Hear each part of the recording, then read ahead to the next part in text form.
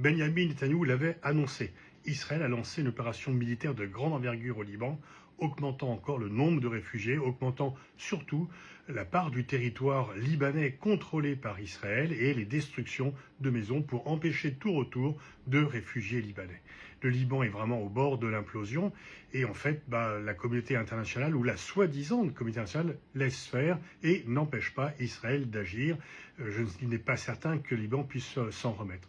Il semblerait que Donald Trump a accepté, a donné un feu vert pour cette opération militaire à Israël, un peu comme s'il voulait s'excuser, se faire pardonner d'avoir, malgré les demandes de Netanyahou, arrêté la guerre en Iran et probablement sans vouloir la reprendre, alors que c'est Israël qui l'avait convaincu de sortir de cette guerre pour aller jusqu'au bout, pas pour s'arrêter en bon chemin.